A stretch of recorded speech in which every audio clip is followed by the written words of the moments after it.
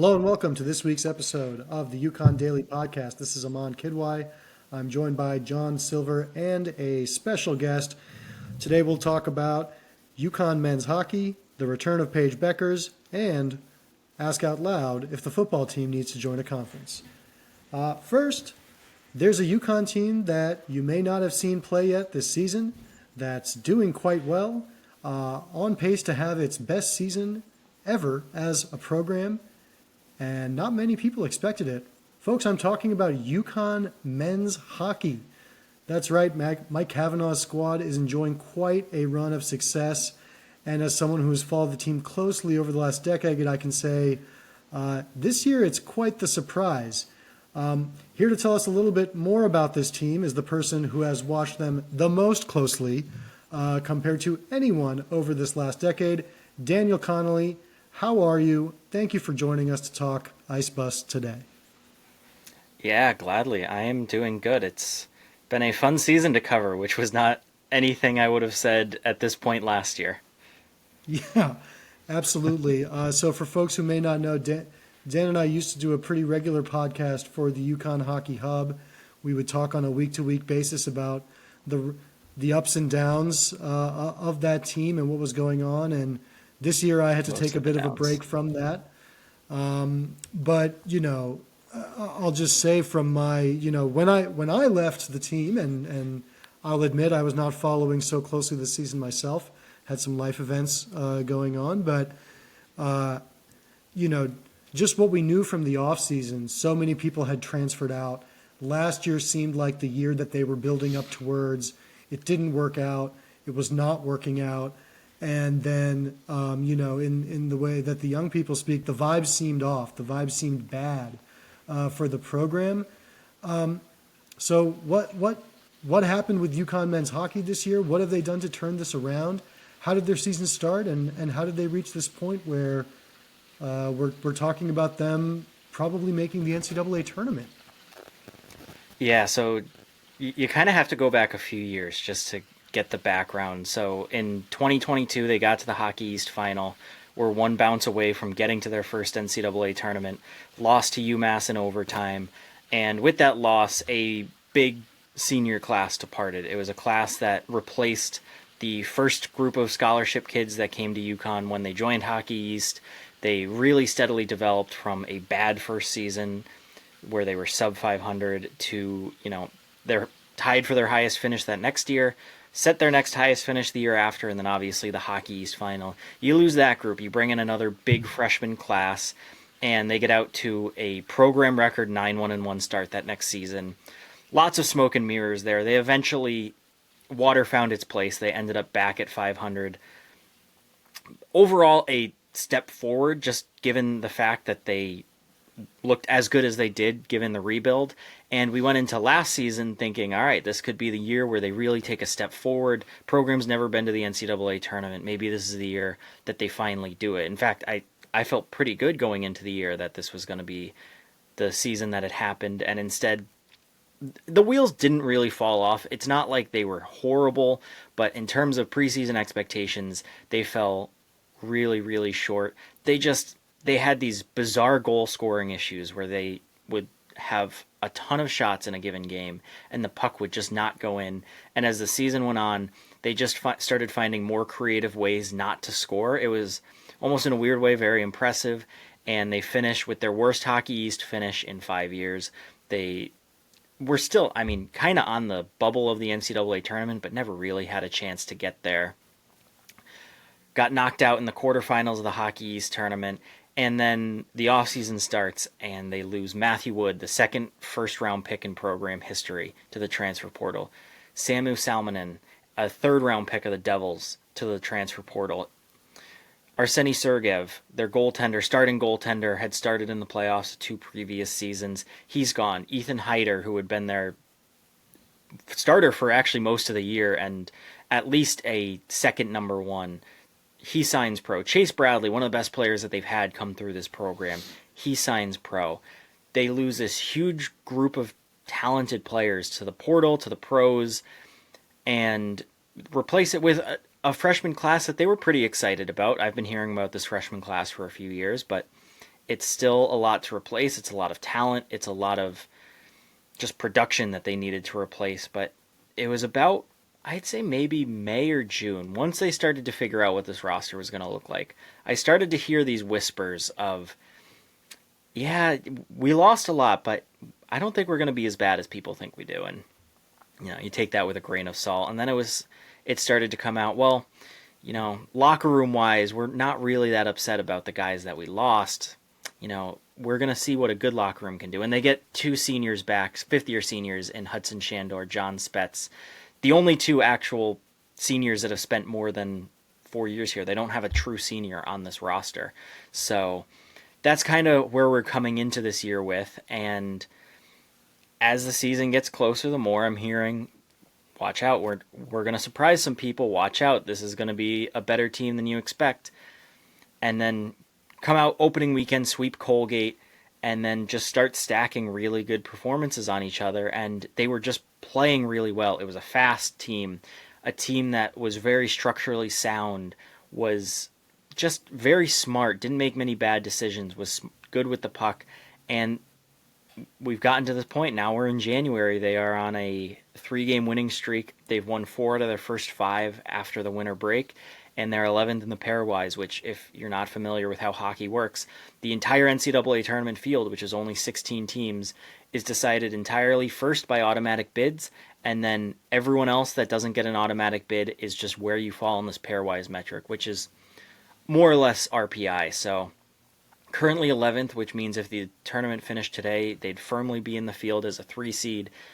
Even if we get to the end of the year and they're 11th, you're still in pretty good shape, because 2 conferences right now are going to take auto bids. So if you're 15 and 16, you're not getting in. The odds that another team that's outside the field gets an auto bid, that means 14's out. And if it's 2 teams that steal an auto bid, 13's out. So you keep going down. There's a certain point where you feel pretty comfortable, and where UConn is at 11 right now is probably it. So yeah, I was pretty bullish coming in, and they have just far exceeded my expectations. Like, this felt like a team that was at least a year away, and now, like you said, this could be the best team in program history if they keep it up, and getting to that first NCAA tournament in program history would be pretty spectacular in the first place, but to do it with this team would just be unbelievable. Yeah, it's absolutely incredible. I mean, I'm seeing some tremendous results across the schedule here. Like you mentioned, the sweep of New Hampshire, the number 17 team in the country. They got wins over ranked Boston College, UMass Lowell teams. They beat UMass. I mean, that's like a few years worth of ranked wins, for the men's hockey team there. And they have not made the NCAA tournament before. For it to be this season is just incredible. I think would have been really tough for someone to predict or expect that this would be the best team that Mike Cavanaugh has had in his time. We can all probably also agree that Mike Cavanaugh has taken a lot of heat for the state of the program, and so this was probably much needed for him on that front. How do you think, Mike? How do you think Cavanaugh has situated himself, with the success of this season, and just in general with kind of the state of the program? Yeah, I've always said that if you take a step back and look at the big picture, the program has really always been pointing the arrow up since Kavanaugh took over. What they've lacked is that high end step, that high end talent where making the NCAA tournament, winning a Hockey East title, especially there were some years in there where BC and BU were both down, and it was a much more wide open conference than I'd say it is these last couple of years.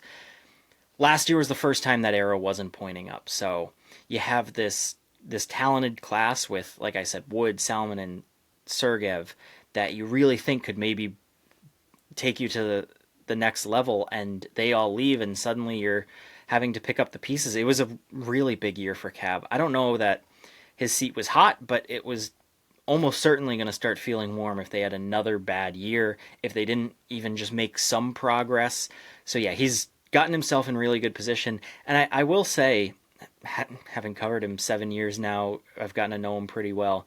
He is very much an old school guy. He likes college. He's like a lot of coaches, but he likes wishes college was like it was in 2008, and that it could have stayed that way for it forever. And it's just not realistic. But this past off season, I think I kind of sensed a change in him where, I don't know if I could point to.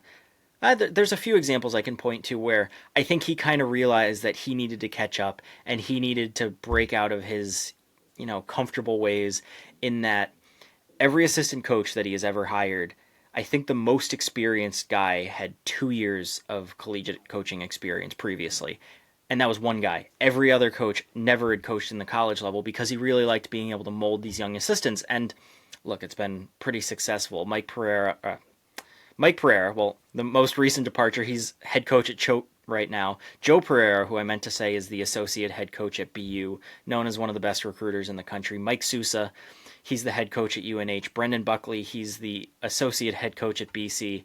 That's a pretty substantial coaching tree, but with this hire, he lost Pereira, the second Pereira, Mike Pereira, over the offseason, and he said that he knew he needed a experienced guy, someone who'd been around the block, and he ended up hiring Nick Peruzzi. He was at Northern Michigan, which, if you haven't heard of it, you are not the first one.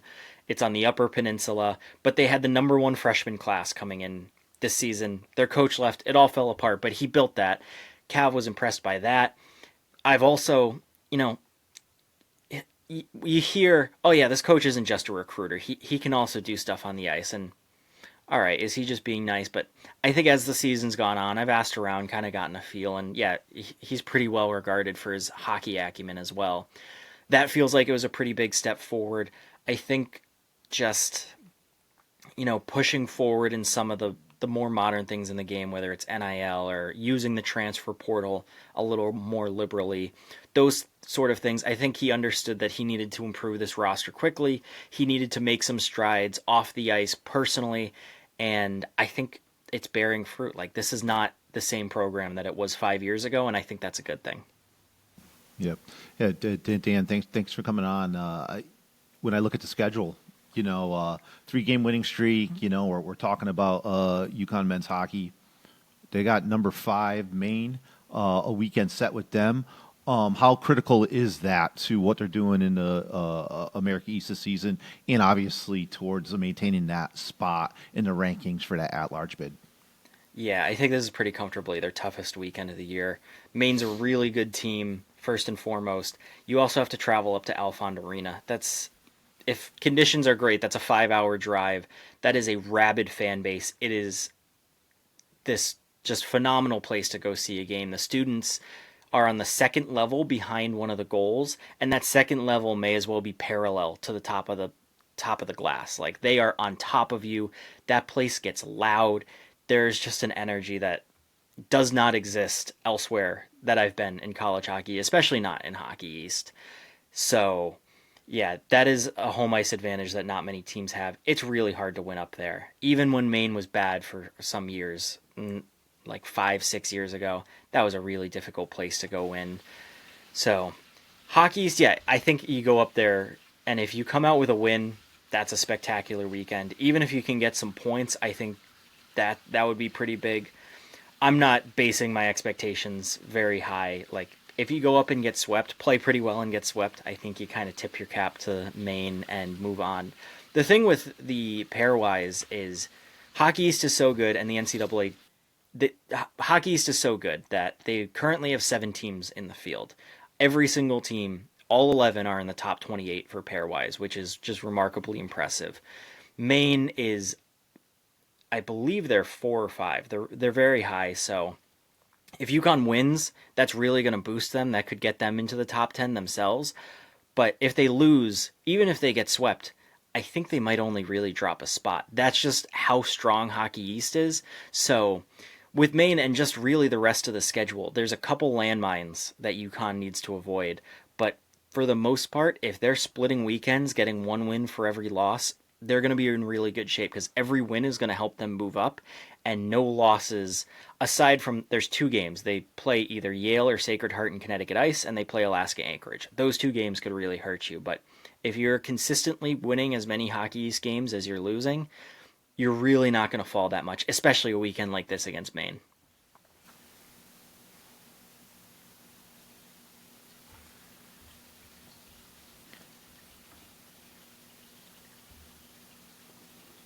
You're muted, Aman. I think, Aman, you're muted there, buddy. Sorry about that. Hey, so in terms of helping folks keep I unmuted you, John, instead of unmuting myself there by accident. But in terms of helping folks keep tabs on this team going forward, Dan, what are some of those big home games coming up that fans can kind of circle on the calendar and say, hey, maybe I'll try and get a ticket, maybe find my way into the ultra exclusive Toscano Family Ice Forum? Yeah, so it's a very bizarre schedule that they have this season. Only one game in the month of January has been at home, and that was this past weekend against UNH. The entire month of February is at home. The entire month. They do not play a game outside of home ice in the month of February.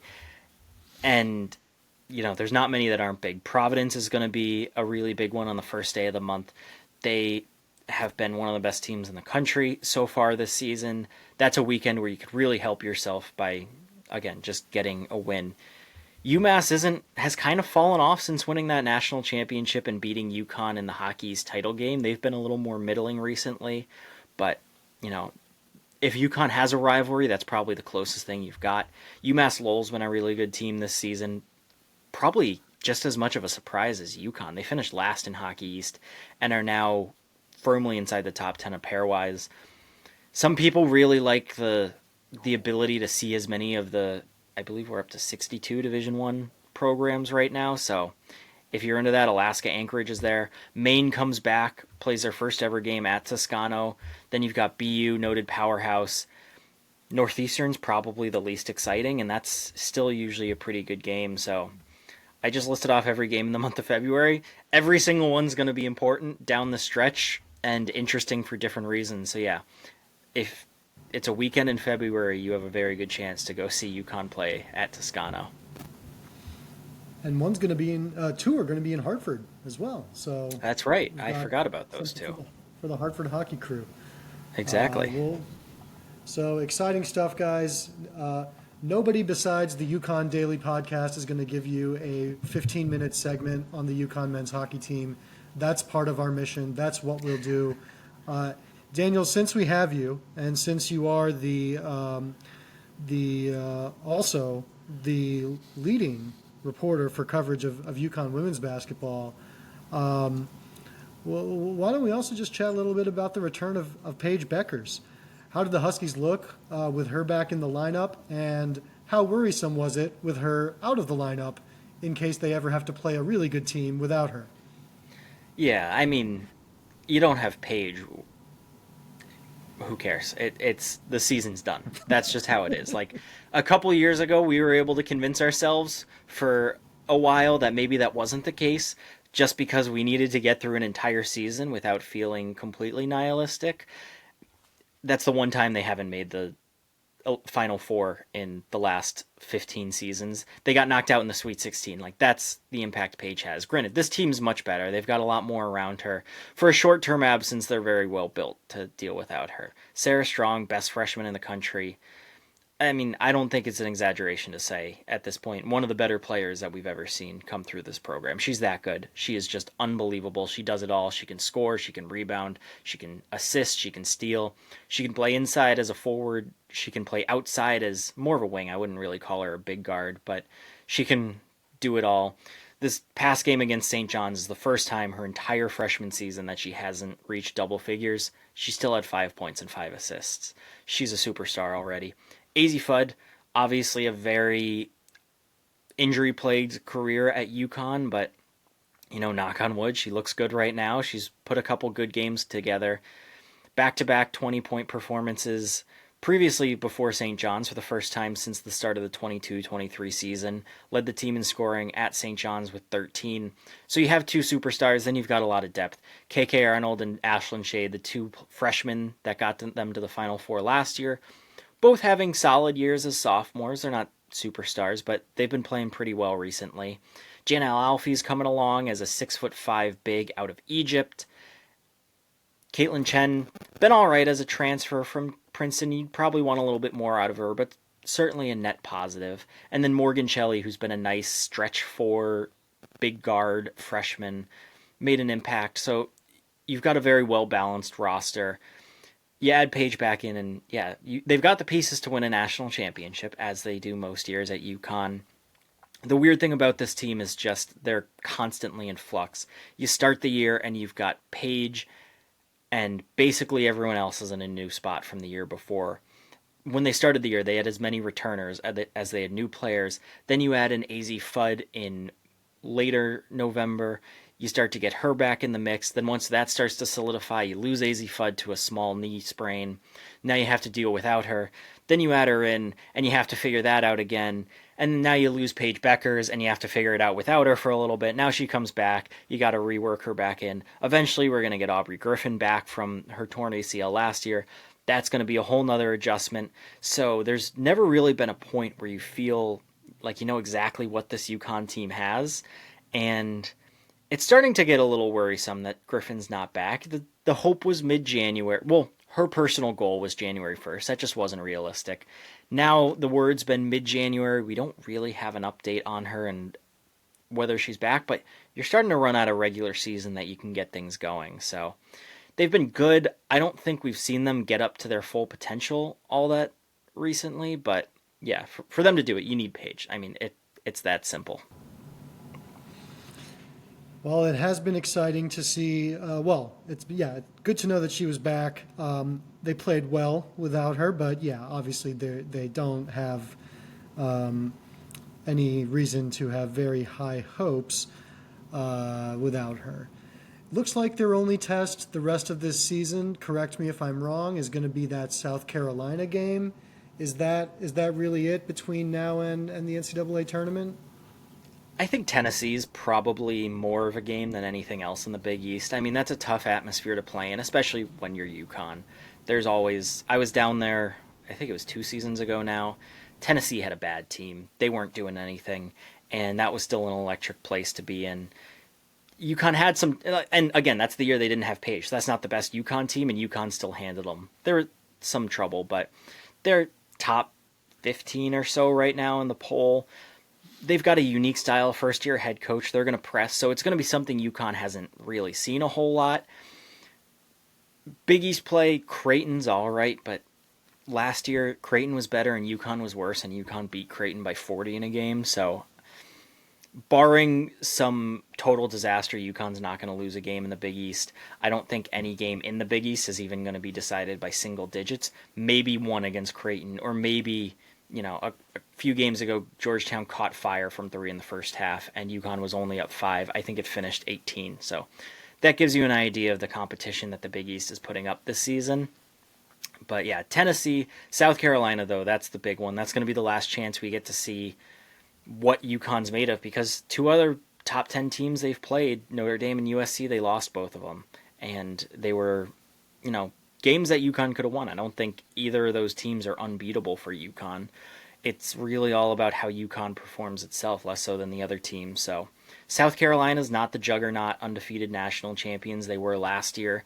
I think this team's matches up a lot better with South Carolina than they have in years past, because South Carolina has for so long been that post-dominant, huge paint presence. They don't have that this year. UConn is a guard first team. South Carolina's a guard first team, and I like UConn's group of guards a lot better than I like South Carolina's. Tough atmosphere to play in, so that's going to be our last chance before March to see does this UConn team not only just have the ability, but do they have the mettle? Because I thought at Notre Dame they just weren't really prepared, and they were a little spooked by that atmosphere and by the moment. USC less so, but how do they handle that? How do they handle the competition? That's pretty much when we're going to be able to have a good idea of, okay, this team can do it, or maybe they're missing that it factor. Dan, when you look at the team, and it's been a reoccurring theme, and it really showed, I think, in the USC game, is the smallness and athleticism on the perimeter. What are your thoughts on if Aubrey Griffin doesn't come back? Do they have enough size on the perimeter? They play 3 guards right now. How is that going to? I mean, I know they've been having El Alfi's looked really good, and Sarah Strong's the best freshman in the country, so I think they're okay inside. But I worry about maybe that 5th guard They need somebody maybe with size and athletic. I love Shade's scoring. I love the way she plays. You got to get AZ Fudd minutes, and Paige has to play 39 minutes a game. But I just worry about Caitlin Chen and Shade and Fudd against some of these really athletic teams out there, especially on the perimeter. Yeah, I think that's probably where KK Arnold comes in, where you can just kind of drop her into a game and she can score 0 points. She finished the USC game with 1 steal, which still blows my mind because if you watch that game, KK Arnold was just wreaking havoc on the defensive end for USC. So I think, yeah, you don't have that high end athleticism that you did with like Gabby Williams in those years, or you go down the line. Like Nafisa Collier was a pretty phenomenal athlete. So they don't have a ton of athleticism, but like I think Paige has enough. I think AZ, when she's fully healthy, I think she has enough. I think Ashlyn plays so hard that she makes up for maybe not being the most quick twitch athlete. I'm not really worried about the guards, honestly. Like they have enough talent there that Paige and AZ are, if they're giving you 30, 40 points a game, you're probably going to be in a pretty good spot. KK, who's really come on since the new year, again, she doesn't need to score, and Ashlyn's giving you between like 8 and 12 points. I actually do worry a little bit more inside just because Sarah Strong's really good, but she's only 6'2". And their small ball lineup worked really well against USC, but as Gino said, that's great if it's something that they can use and it's a tool in his tool belt. But if that's what they have to rely on, they're in trouble, and that's where Jana comes in because unbelievably talented. I think you can see it here and there. But as we saw last year with Ice Brady, the combination of being a freshman and coming off a season-ending injury the year before, that's just a really tough 1-2 punch. So, yeah, Jana is probably their best hope to have that anchor down low and be a paint presence. It's starting to come along. They need to hope that that progress starts to show a little bit more as we creep towards March. All right. Well, exciting times for the women's hoop squad. Daniel, thank you so much for giving us your time. As a reminder, you can find him on the UConn blog, the UConn WBB Weekly, and the UConn Hockey Hub newsletters. Daniel, thank you. We'll let you go here. Thank you for your service. And John and I will continue our conversation with a discussion on UConn football. Does it need to join a conference? Thanks, Dan. Awesome. Thanks for having me.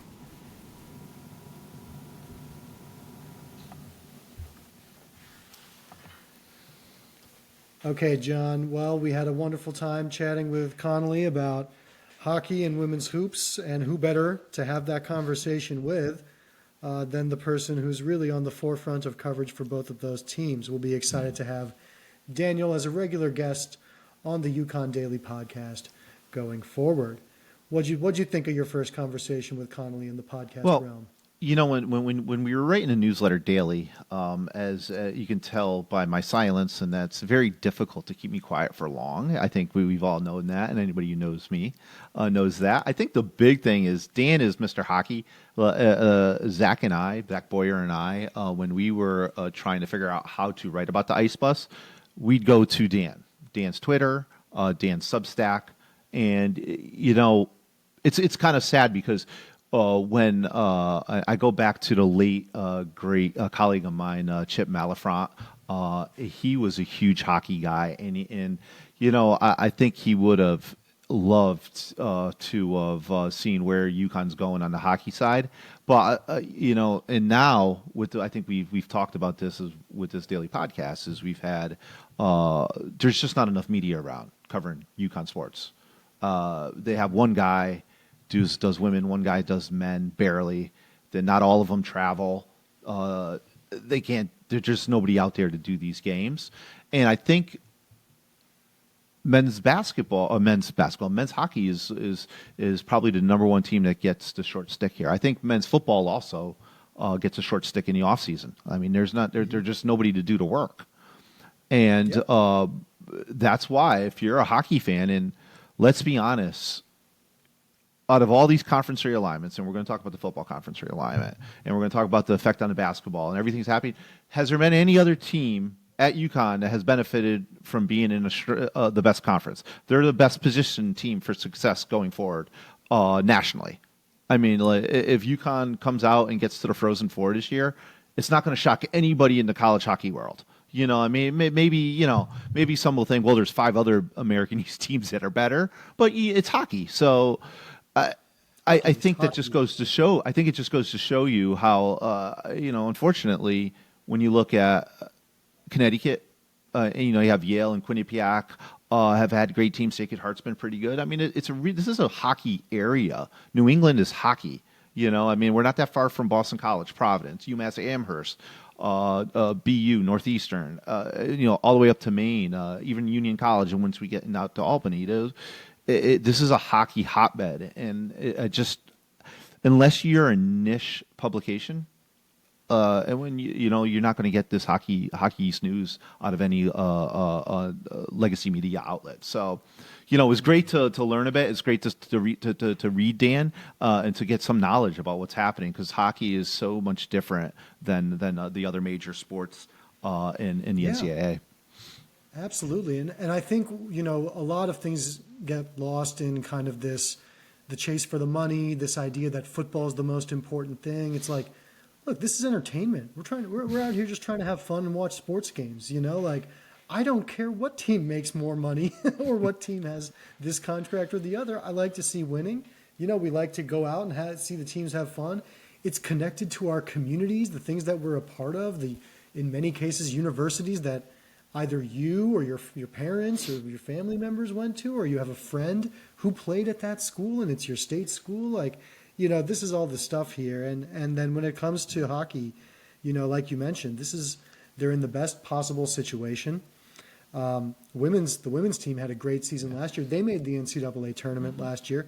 They're in great shape as a team. They continue to improve on their recruiting. The new arena, it's gorgeous, Toscano Family Ice Forum. And that's really what's going to help that program improve. And if you want to talk about anything like stagnation around that program, you can point to the really long delay in getting that hockey arena open compared to the timing of when they said they would when they joined Hockey East to begin with.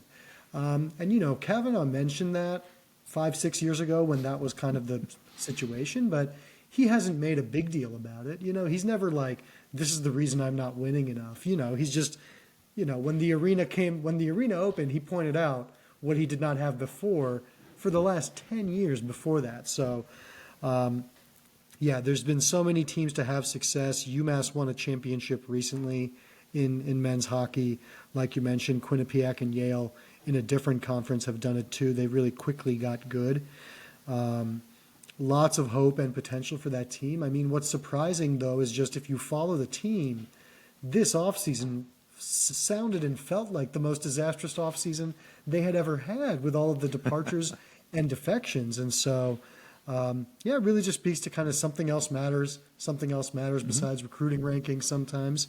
One of my core philosophies here in sports, something else matters besides the recruiting rankings and how many pros you produce. Which is fine. Like, that's cool. It's cool to be about that, but something else matters, especially when we're talking about the quality of the teams on the field, on the ice, on the field of play. Mm-hmm. No, certainly. And so, John, we wanted to talk about it in our last episode, but we were kind of having some technical difficulties in our Monday episode here. Folks will notice our audio and video is much improved, and we hope to continue that for future episodes of the UConn Daily Podcast. No more hostage video situations here from us. But John, I think it's a really interesting time to talk about the football team and its conference membership. Fans of UConn sports will know that the Huskies were a member of the American Athletic Conference for all sports from 2013 to 2020. Wow, of 2013 to 2020. So that was the run of time there for the AAC era. UConn makes the bold decision to join the Big East, really bring those basketball programs back to life and make travel much more reasonable for every other team. However, in doing so, football did not have a home. Football becomes an independent team as of the 2020 season. Things get very interesting from there, schedule-wise, life-wise, bowl-wise. The first thing that happens is UConn canceled its 2020 season. Okay. But, the schedule has fallen into a nice place. We see a nice mix of regional rivals on the schedule. This past season, you played Syracuse, which is a regular occurrence on the schedule. Boston College is a regular occurrence on the schedule. You've got all these Buffalo, you've got all these former rivals that you're playing. And I think also in terms of degree of difficulty, the schedule makes a lot more sense. And it's played out for UConn pretty well. They won 6 games in Jim Mora's first season in 2022 and went to a bowl game, which they only did once during the AAC era, and arguably, you could say, did it with Big East players, Big East recruits. So, and then, of course, the success of this past season, which we've discussed at length, 9-4 season, best season in such a long time for this program. The question now is, does the football team need to join a conference? And maybe that means, is the football team good enough for UConn to warrant an invite to the Big 12 and ACC? And then does it warrant a conversation about bringing all sports there? Or does UConn find a football-only membership somewhere because conference membership is just kind of so crucial to the structure, and the only other independent is Notre Dame today? Mm-hmm. I think this 9-4 season has helped UConn with its standing, obviously, in this, but where do you stand in terms of UConn football, its status as an independent, and what it needs to do going forward? I think the focus has to be on the entire athletic department and making sure the athletic department has the resources and the access that a program of UConn's stature deserves. That means they have to get into a conference. The football team eventually has to get in the conference. But here's the rub with UConn football is UConn football, they're an ACC team without an ACC affiliation. Would they play 5 ACC teams this year? They're 1-4 against the ACC. That's kind of like a mini ACC schedule. And when I look at that, that's kind of where they have to go. They would. I'm counting Maryland as an ACC team. They're 1-3 against the ACC, and Maryland's Big Ten. But I think it's critical for them to get access to the college football playoff because let's really think about the money and what the money means going forward in college football. And there was a great article today, and I tweeted it a little bit about it today, about how the power in college football is actually moving towards the Big Ten because now cash is clean, right? And the insinuation is that the SEC, it just didn't matter more in the SEC, it paid more in the SEC. And what this has done is, let's think of free market principles when we go to this. What has happened is now everybody has money to spend. So immediately you're going to say UConn has no chance because they don't have as much money as Ohio State, Alabama, Georgia, Michigan. And they're right. They're not going to be able to compete at that level monetarily. But, there's a lot of good players on Alabama and on Michigan, on Ohio State, on Auburn, on all those SEC teams. A lot of good players who are not playing. And what do you do as somebody who's paying them? If they're not producing, why are we paying them? So here's what happens. We're not going to offer you Alabama money, but you're not getting Alabama money as the backup, and we're going to offer you more money and more playing time at UConn. And what this has done is we've already seen it in the college football play era in its first 12-team era. Indiana and Arizona State and SMU made this 12-team college football playoff. Yes, they all lost. Arizona State should have won. But, I think what that's showing is that the talent dispersal that we've seen almost any time player movement has been allowed is going to start distributing talent even more. So the Big 12 with all this money, the Big 10 with all this money, Ohio State and Michigan have more money than anyone else. Now they can actually spend it legally. And I'm not going to, in the SEC, what is it? If you ain't cheating, you ain't trying. That's not their value anymore. There's no more drop in the bag behind a dumpster. It's dropping it off at their home and taking a picture and putting it on Instagram now. So that is really, really leveled the playing field. So now, considering that, I didn't think I'd ever see, I didn't think it was ever possible for UConn to get into the top four. They can go undefeated every year. They'll never be top four. Nobody will ever let them in. They'll never be good enough. But as we saw, SMU, now the team SMU, who UConn was a doormat in the ACC, did nothing for 25 years. They got a bunch of money. They bought their way into the ACC, and essentially what that allows is it buys you access to the game if things fall right. I think that if UConn can get into the ACC, you don't know if it's a down year and they have a team and they spend some money, who knows? They might go 10-2, and then they're in the argument at 15th ranked in the country. So that can't happen as an independent. Now, I like the fact that UConn showed well in Fenway, but I really worry, and I know I'm being long here, but when we think of all this money and access to the CFP, is where are you going to see the Big Ten and the SEC, which are controlling? I'd say there's a Power 2, and then there's like an affiliate 2, and then everybody else. I worry about them dominating football, then dominating the NCAA tournament, because I can tell you what's going to happen Selection Sunday in basketball. Greg Sankey, after his team had only 2 SEC teams in a college football player, Sankey probably thought they were going to have 5 at the beginning of the year. And what's going to happen is they're going to lobby for 10 SEC teams, maybe 11.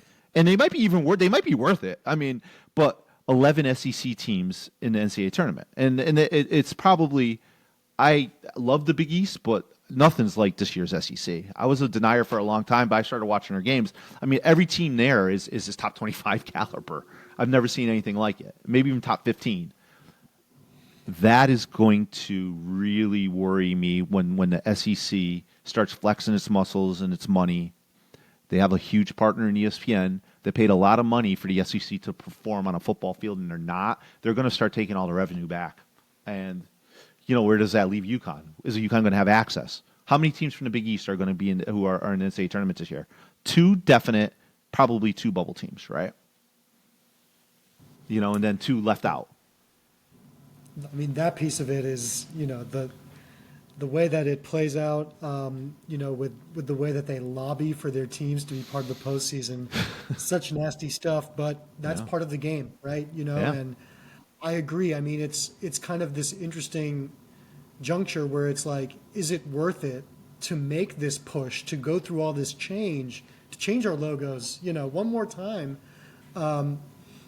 for something that might not exist in a couple of years, because it might all come tumbling down, or there might be a new Division I that's just the Big Ten and the SEC. And so then what? You just moved up to remain on the outside looking in, which is probably the shittiest feeling imaginable, which is part of how UConn felt, I'm sure, in 2012, after all that investment to move the football program up, to be kind of left without a home from all the people who asked you to move up. It was a tough situation for UConn to be in. And then, there's so many considerations here. The Big East has worked out really well for basketball, and UConn has 2 basketball programs that matter. There's no other way to put it. It's not just that they make money. It's not just that they're popular. They matter. They are the 2 most important sports teams in the state, and no other business framework can accommodate that. No one else can really understand that when it's football 1, 2, 3, and maybe we talk about men's hoops if they make a run in March. That's every other school's kind of paradigm for how they think about things. And UConn is not only just not that, it's just so far flung from that all of UConn's decision making does have to be different. It's why even this current situation makes sense for them. And that's why I think, this past football season has made UConn more attractive to the ACC and the Big 12, objectively. But look, everyone knows this piece of the consideration, which is how has it worked out for Syracuse, Pitt, BC, West Virginia. Shitty. It's worked out Terrible. really, really badly. And what's the point of selling out for football if football's not your thing? And the cost for UConn would be 2 basketball programs, which is a cost that none of these other schools can comprehend. And so that's the math for me on this. And that's why I think, it's hey guys, we got to get creative. It's got to be something else that has not existed before. People have talked about some of these things. The ACC and the Big East having some sort of alliance. I think this is a good idea. It helps both of them on basketball.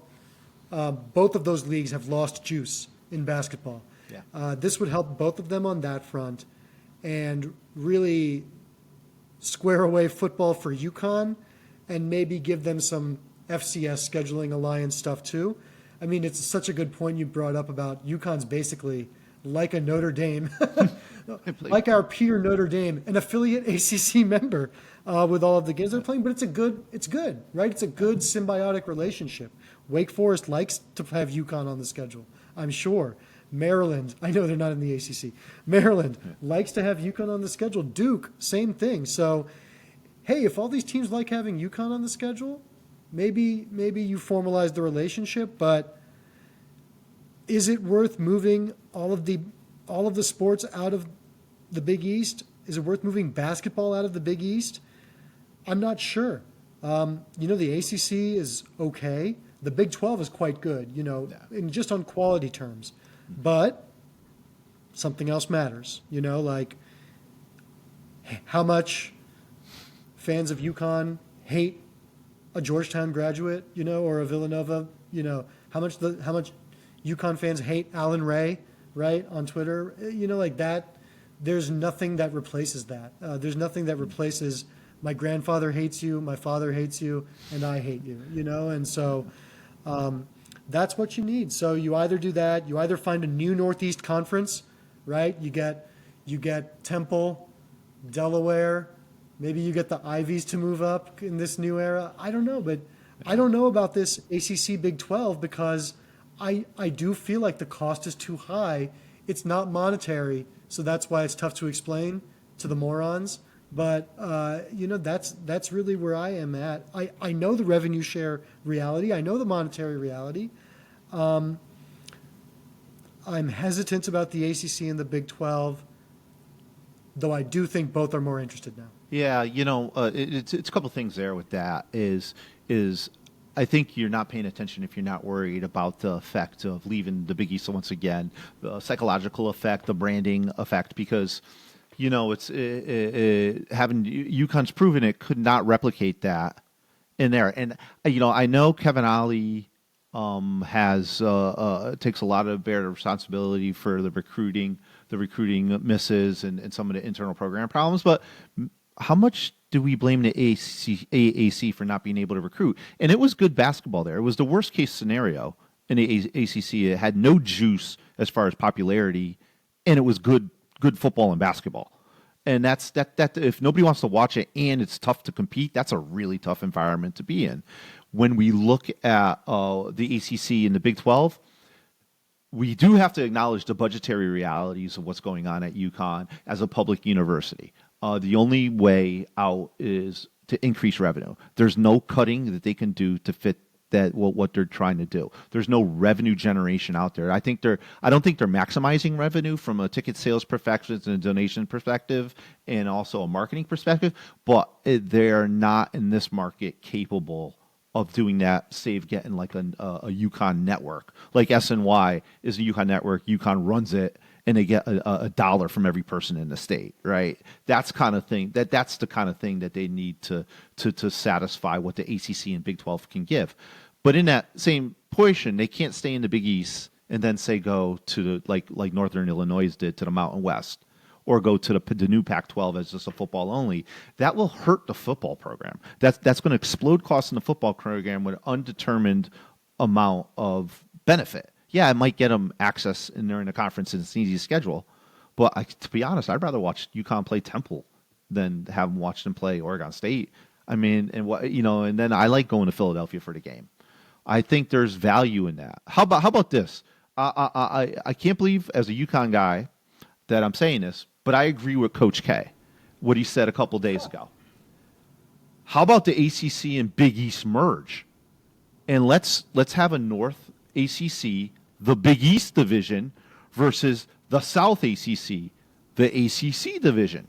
Okay, now who's in the Big East division? We'll have the Big East teams. I think you got to take all 12 of them, and then let's add for basketball. Let's add Syracuse, Boston College, and Pittsburgh in West Virginia to the team, or definitely Boston College and Syracuse to the team. Maybe Pittsburgh, depending where they want to go. Maybe do a 3-team pods. And then you have the Big East, and then you all meet. You have a 16-team tournament or a 24. The top 8 from each league meets for a 16 tournament, 4-day tournament in Madison Square Garden. And then you can have Duke, UConn in the final. You have the Big East division versus the ACC division.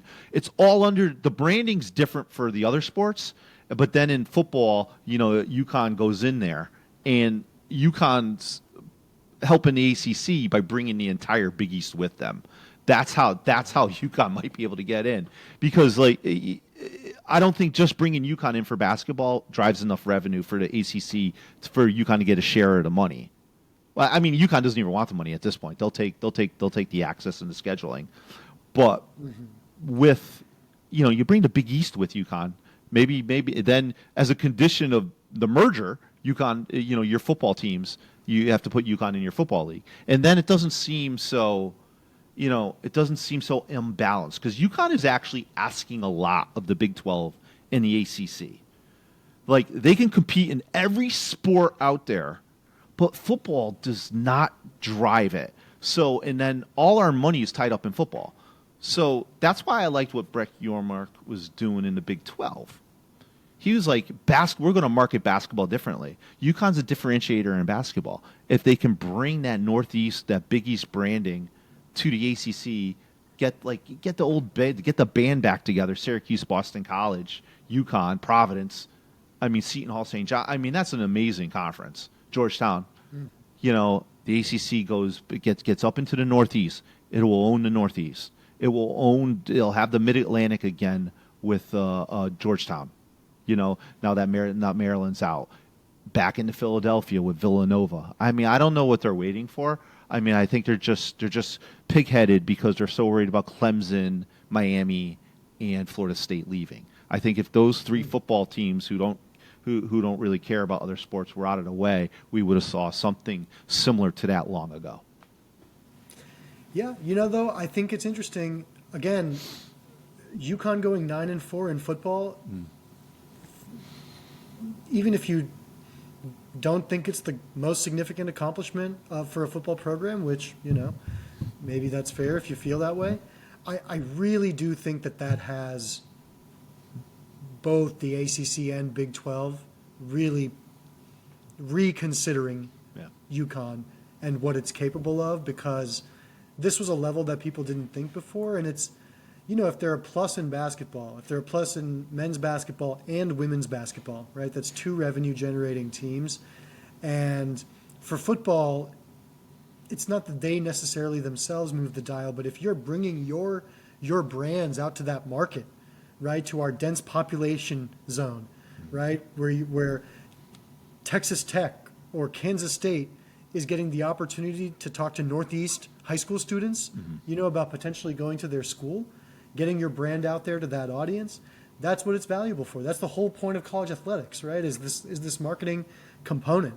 And I think, for the reasons I discussed earlier, of just like everything you lose and just the pain of change, the cost of change, right? You have this year where you have to like break up with someone, and you have to have these awkward conversations, and the Big East would be furious to kind of have UConn leave again. And so I like this idea of an alliance.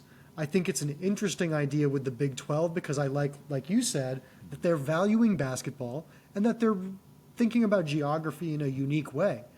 Maybe that means they add UConn and Temple, and they poach Pittsburgh or something like that to kind of give their West Virginia leg a little bit more juice. the problem here is, like with all of this, we're just kind of writing fan fiction here. It's tough. It's not based in a lot of reality. Like, I remember we used to talk about, could UConn football go independent? And it's like, yeah, it could, but what do you mean, right? We're not playing the video game. We're not playing a RPG right now. Like, who cares about this idea? But we'll see. I do think because UConn's interest has risen, UConn's possible value has risen, I think we're going to see some action this offseason. Yeah. So it's definitely keep an eye on proof. It's definitely a proof of concept, right? And especially, I think NIL helps UConn. Like like everybody thought the NIL was going to be the death of a program like UConn. UConn has some money now. They don't have Michigan money, but now they're going to be able to get players and pay, and now more. They're going to be able to acquire more talent that's ready to play than if they recruited them out of high school and tried to build them for 3 years. This is the most positive I've been about UConn football probably since I was in the press box when John Marinato they were playing Iowa State when John Marinato, rest in peace to him, but he got the news that Syracuse was leaving to the ACC, and it was taking Pittsburgh with them. And let's just say that hit like a ton of bricks, And I don't think I haven't felt this good about UConn football since I got to the stadium that day. It was in it, it really was. It was. I believe they were playing Iowa State, or maybe that was when Rutgers left. I don't know, but I do remember the press box. Like somebody told him that, and John's face was white as a ghost. Yeah. Well, it's been a crazy road for UConn these last 12, 15 years. They've navigated it with some creativity.